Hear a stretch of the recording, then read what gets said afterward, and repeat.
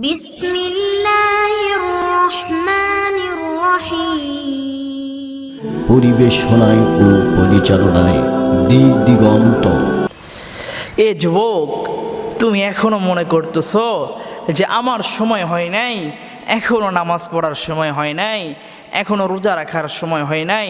এ যুবক, মনে করছো যে অনেক গুনাহ করে ফেলছ, এই জন্য ভাবতেছ যে আল্লাহর কাছে গেলে আল্লাহ আবার ক্ষমা করবে। তো এ যুবক, আল্লাহ তো ডাকে ফাফিরু ইলাল্লাহ, ফাফিরু ইলাল্লাহ।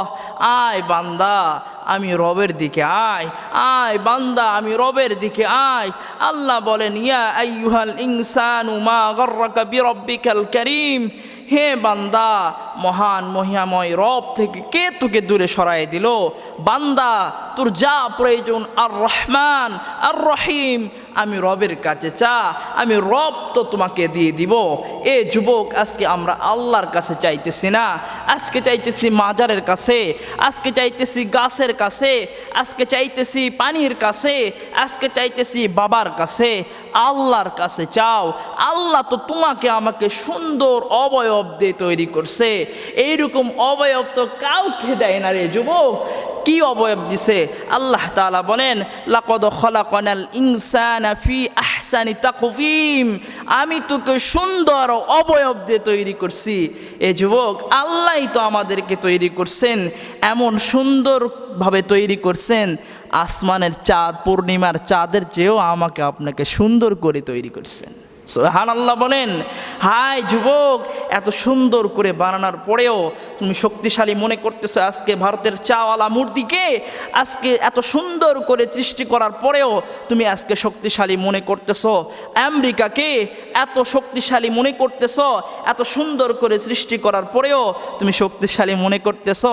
ইসরায়েলকে আল্লাহ তাআলা যদি চান তো ন্যাংরা মশার প্রয়োজনও পড়ে না, পৃথিবীর বুক থেকে ইসরায়েলকে নিশ্চিহ্ন করে দিবে। কোনো আল্লাহর কাছে কোনো সময়ের ব্যাপার না, ঠিক কিনা? আল্লাহর কাছে কোনো সময়ও লাগবে না। আজকে তুমি বলো যে পৃথিবীর সুপার পাওয়ার আমেরিকা, না না না, পৃথিবীর সুপার পাওয়ার আমেরিকা নয়। আল্লাহ বলেন, আন্নাল কুওয়াতা লিল্লাহি জামিআ। আমি সবচেয়ে বড় শক্তিশালী, আল্লাহ সবচেয়ে বড় শক্তিশালী। আল্লাহর চাইতে বড় শক্তিশালী আর কেউ নেই, আল্লাহ সবচেয়ে বড় শক্তিশালী। এ যুবক, তুমি ভাবতেছো যে এখনো আমার রোজা রাখার সময় হয় নাই, এখনো নামাজ পড়ার সময় হয় নাই, এখনো পাঞ্জাবি পড়ার সময় হয় নাই। কিন্তু ছোট্ট বাচ্চা আলী আসগর, হযরতে আলী রাদিয়াল্লাহু তাআলা আনহুর দহিদ্র আলী আসগর, ছোট্ট বাচ্চা মসজিদের কর্নারে দুই হাতটা উঁচু করে রবের কাছে বলতেছে, আল্লাহ আমাকে জাহান্নামের আগুন থেকে বাঁচান, আয় আল্লাহ আমাকে জাহান্নামের আগুন থেকে বাঁচান। পাশেই সাহাবে একরাম ভাবতেছিল, এই তো ছোট্ট বাচ্চা, এখনো তো বালেগ হয় নাই, এখনো তো আমল নামার খাতা খোলে নাই, সে আল্লাহর কাছে জাহান্নামের জন্য পানা কেন চাইতেছে?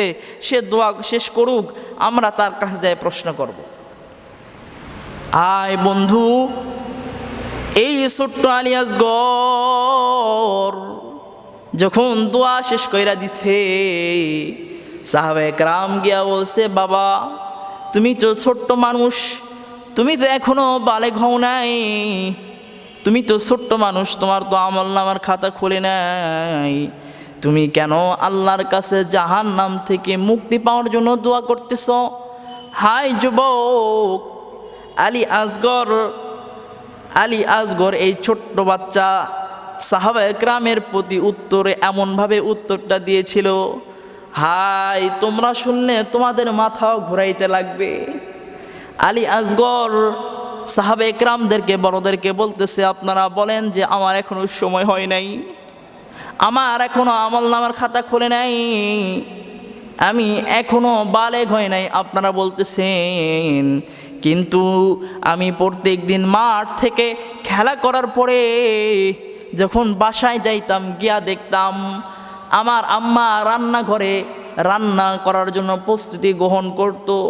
আমি আমার আম্মার হাতের দিকে তাকাইতাম, দেখতাম যে আমার আম্মা চুলার মধ্যে লাকড়ি দিয়া জাল দেওয়া শুরু করবে।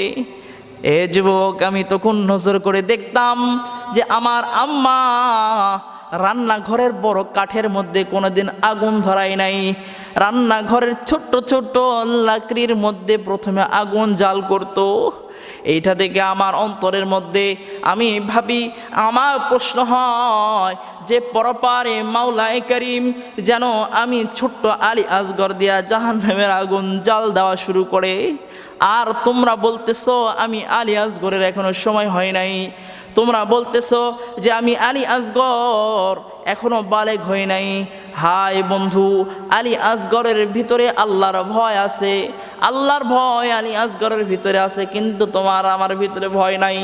এ যুবক তুমি বলতেছো এখনো ফুর্তি করার সময়, এ 30 বছরের যুবক তুমি এখনো বলতেছো এখনো আড্ডা দেওয়ার সময়, এ মাঝ বয়সের ভাইরা তুমি এখনো বলতেছো এখনো তোমার দাড়ি রাখার সময় হয় নাই।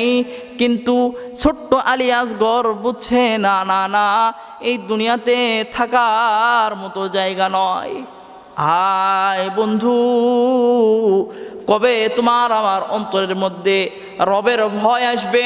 কবে সরকারে দু আলম হযরত মুহাম্মদ মুস্তাফা সাল্লাল্লাহু আলাইহি সাল্লামের প্রতি ভালোবাসা আসবে? সাহাবা একরামের কেমন ভয় ছিল জানেননি? হযরত আবু বকর সিদ্দিক রাদিয়াল্লাহু তাআলা আনহু, সিদ্দিক আকবর, রাস্তা দিয়ে হাঁটতেছেন, গাছের পাতা ধরে বলতেছেন, ইবনা আবি কুয়াফা, হে কুয়াফার ছেলে, ইয়া লাইতানি কুনতা ওয়ারাকা, তুমি যদি মানুষ না হয়ে গাছের পাতা হইতা তাহলে আল্লাহর সামনে তোমাকে দাঁড়াইতে হইতো না। কিন্তু আবু বকর সিদ্দিক রাদিয়াল্লাহু তাআলা আনহু এমন একজন ব্যক্তিত্ব যাকে আল্লাহ তাআলা দুনিয়াতে জান্নাতের সুসংবাদ দিয়ে দিছেন। তুমি আমি পাইছিনি, জান্নাতের সুসংবাদ পাইছি। আবু বকর সিদ্দিক রাদিয়াল্লাহু তাআলা আনহু জান্নাতের সুসংবাদ প্রাপ্ত একজন সাহাবী, তার যদি হাল এইরকম হয় তোমার আর আমার কি অবস্থা? হযরত ওমর রাদিয়াল্লাহু তাআলা আনহু, আবু লুলু ইহুদির বাচ্চা, ফজরের ওয়াক্তে বিষাক্ত খুন্দর যারা পেট চিরা ফেলছে, ফাইরা ফেলছে, নারী ভুঁড়ি বের হয়ে গেছে, অচেতন থেকে সচেতন হয়ে গেছে, সচেতন থেকে অচেতন হয়ে গেছে, জ্ঞান হারায় ফেলছে, একজন সাহাবীর রানের উপর মাথা দিয়া ফ্লোরের মধ্যে শোয়াই দিছে হযরত ওমর রাদিয়াল্লাহু তাআলা আনহু। এ যুবক যখন ওমরের জ্ঞান ফিরে আসছে, ওমর রাদিয়াল্লাহু তাআলা আনহু অচেতন থেকে যখন সচেতন হয়েছে, আয় সাহাবীর রান থেকে মাথাটা নামাইছে, ফ্লোরের মধ্যে ঘুষতেছে আর বলতেছে, ওয়াইলুল লাকা ইয়া উমর ইল্লাম ইয়াগফির লাকা রব্বুক, হে উমর, তোমাকে যদি তোমার রব না মাফ করে, ক্ষমা না করে, তুমি তো বড় বিপদে পড়ে যাবা।